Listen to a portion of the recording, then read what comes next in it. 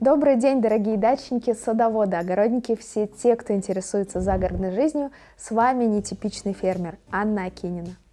И сегодня вместе с вами мы открываем новый огородный сезон. Да-да, вы не ослышались, ведь у настоящего любителя загородной жизни нет плохой погоды. И сегодня я вам это докажу.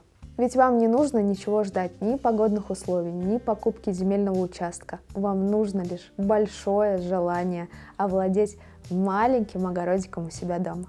И тогда на вашем столе, независимо от сезона, появится кладезь витаминов, минералов и микроэлементов. Конечно, сейчас я говорю вам о вкусной, красивой, полезной и ароматной микрозелени. Все о микрозелени – тема нашей первой программы нового сезона «Жизни с нетипичным фермером». Начнем?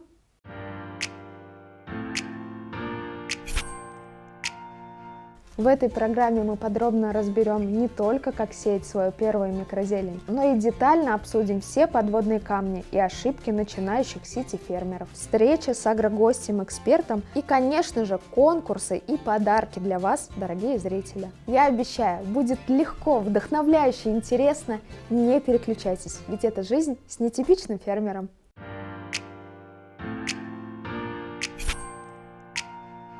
Само понятие микрозелени появилось в 80-х годах прошлого века, когда в Сан-Франциско шеф-повара стали добавлять микрозелень в свои блюда. В 2000-х мода на микрозелень распространилась по Европе, и, конечно же, в последние годы активно о ней заговорили в России.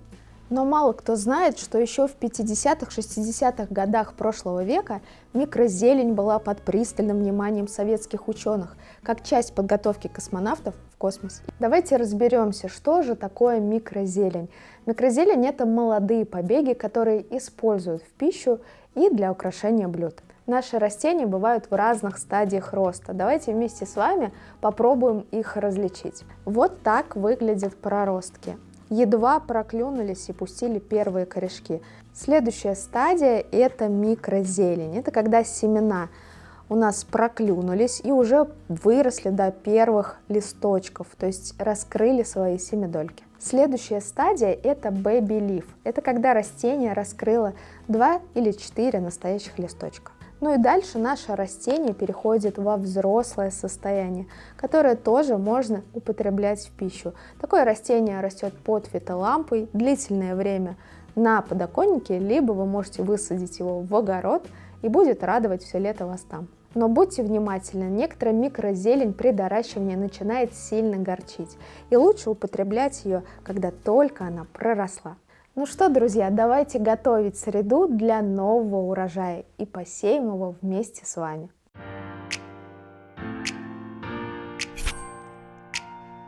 Вся моя микрозелень, вылень, очень быстро растущая культура. Вот такой урожай можно получить уже за 5-7 дней, поэтому проращивать микрозелень можно на любом субстрате. Я думаю, многие видели способ, когда проращивают семена на ватных дисках или на бумажных полотенцах. Такой способ имеет место быть.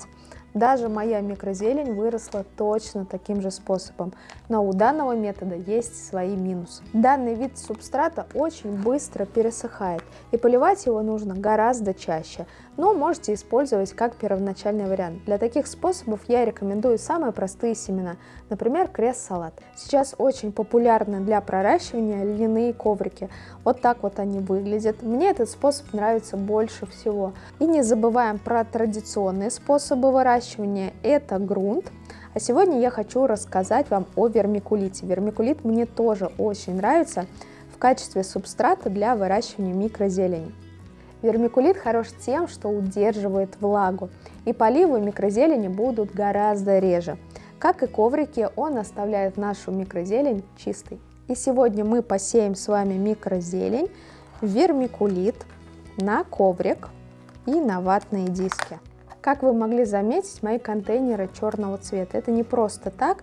Микрозелень прорастает лучше в темных контейнерах, потому что сверху мы им тоже накрываем. Так семена у нас прорастают одновременно, и у нас получается густая щетка. В принципе, вы можете использовать любые пищевые контейнеры. Следующий наш шаг – это увлажнение. Субстрат можно увлажнить из опрыскивателя, либо пролить обычной лейкой. Выращивание в микрозелени – это самое простое в огородничестве. С этим способом справится даже ребенок. Моя дочка обожает выращивать вместе со мной и легко справляется с посадками в одиночку. Для микрозелени не нужен особый микроклимат, не нужны мощные фитолампы, и даже питание маленьким растениям не требуется. Поэтому микрозелень проста в выращивании, и вы сможете лично проконтролировать все этапы роста и развития вашего растения. На ватных дисках мы прорастим с вами крест-салат. У него очень мелкие семена, прорастают довольно-таки быстро. В вермикулит я посею брокколи. У брокколи семена среднего размера, тоже быстро прорастают, и брокколи очень-очень полезные. На моем столе вы можете увидеть растения амаранта, как во взрослом виде, так и в виде микрозелени. Я очень люблю и ценю эту микрозелень за ее свекольный вкус и вот такой вот бордовый насыщенный цвет. А о пользе амаранта, я думаю, и говорить не стоит. Растение амаранта содержит около 18% белка, минеральные соли, антиоксиданты, аминокислоты. Его я проращу на коврике, так как семена амаранта очень-очень мелкие. За такими мелкими семенами нужен особый уход. Обязательно проверяйте на влажность, чтобы мелкие семена не пересыхали. И уже через 7 дней ваш амарант на коврике будет выглядеть подобным образом. Посмотрите, какая ровная щеточка, и здесь видна корневая система. И совсем мы с вами не поговорили о крупных семенах, такие как подсолнечник, горох или настурция. Данные семена лучше заранее замочить часов на 12 и только потом сеять их в грунт или в вермикулит. У гороха и подсолнечника не только крупные семена, но и довольно крупная листва. Подсолнечник очень вкусный. Мне кажется, это самая крупная микрозелень, и можете оценить микрозелень гороха, хотя здесь уже скорее это взрослое растение. Если вы хорошо пролили субстраты, то на несколько дней можете забыть о микрозелени, и мы делаем вот такую пирамиду. Новичкам же я рекомендую каждый день заглядывать в свою микрозелень, дабы не проглядеть всхода. Верхнюю микрозелень я тоже накрываю лоточком и ставлю в теплое место. Как только наши ростки проклюнутся, верхушку можно будет открывать и ставить всходы под фитолампу. А если у вас нет дома фитолампы, вы можете поставить свои растения на окно, либо под обычный светильник. Как только микрозелень проклюнулась, она начинает потреблять большое количество влаги. И тут самое главное за ней следить. Например, редис нужно поливать до 2 раз в день. А пока наша микрозелень подрастает, самое время познакомиться с многообразием способов ее применения. И в этом нам поможет агрогость.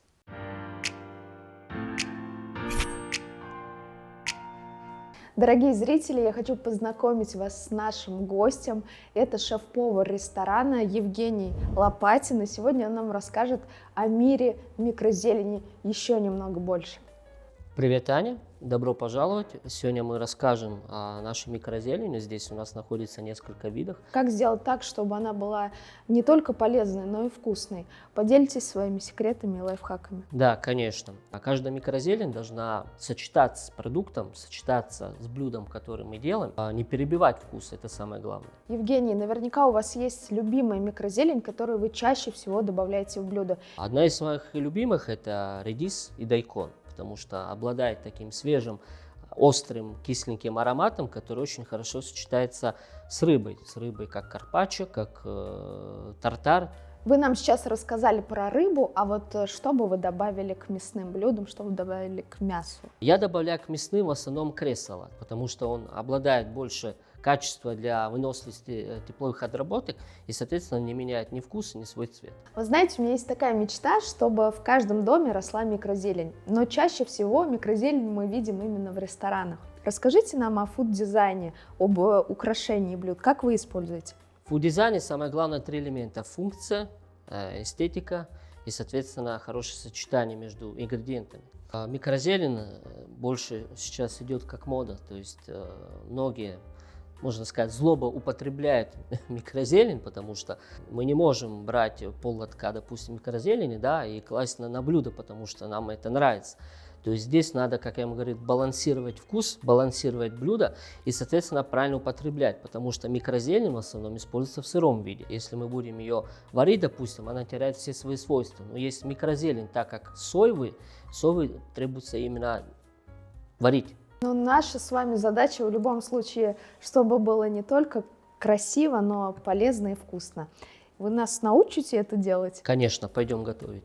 Ну что ж, пришло время приготовления нашей пиццы. Первая трудность, какая встречается при приготовлении пиццы дома, это когда мы ее запекаем, у нас низ не пропекается. Сейчас мы ее руками растянем, после этого будем обжаривать на нашей сковороде. Будем раскатывать не с мукой, а с манкой, для того, чтобы у нас тесто получалось хрустящее и вкуснее. Пальцы вот так складываются и начинаем вот так, от центра в край. Эта маночка придаст такой хруст. Потом можем вот так сделать. Сковороду мы будем чем-то смазывать? Нет, сухая. Сейчас ожидаем, она у нас пропечется. Я себя утешаю, что пицца будет обязательно полезна, если мы добавим в нее микрозелень.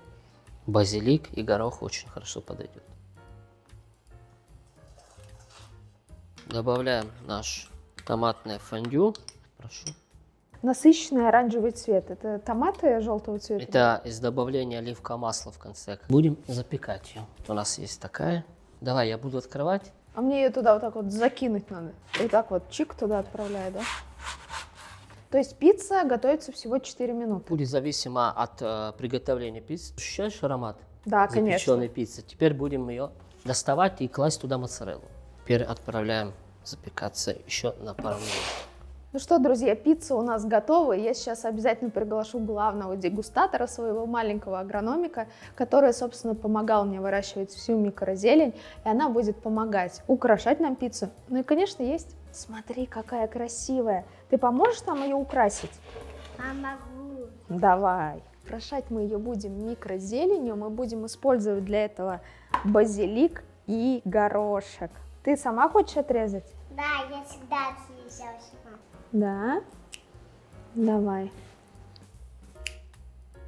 Теперь давай нарежем базилик. Несколько веточек. Все, достаточно. И давай шеф-повар у нас все украсит. Хорошо? Доверим ему это дело? Давай ты укусишь горошек, а я это.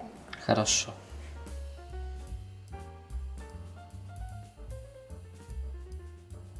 Готово. Ты будешь пробовать? Да. Спасибо огромное, Евгений. А нам уже не терпится попробовать. Да, Викусь? Да. Да, быстрее кушать пиццу. Вкусно? Да. Да. Я думаю, многие взрослые посмотрели, что же можно приготовить, чтобы кушали ваши детки. Ну и вообще сами взрослые разнообразить свой рацион. Спасибо, Аня. Спасибо, дорогие телезрители.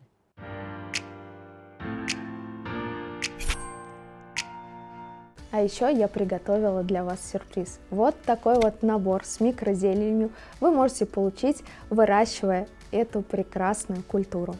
Знания вы получили в моей программе, а значит, у вас легко получится вырастить витамины, минералы, макро- и микроэлементы на своей кухне. Привлекайте своих родственников, пап, мам, детей, выращивайте вместе со своим супругом, пусть у вас будет совместное хобби. По этому хэштегу я обязательно выберу победителя и в следующей передаче объявлю его.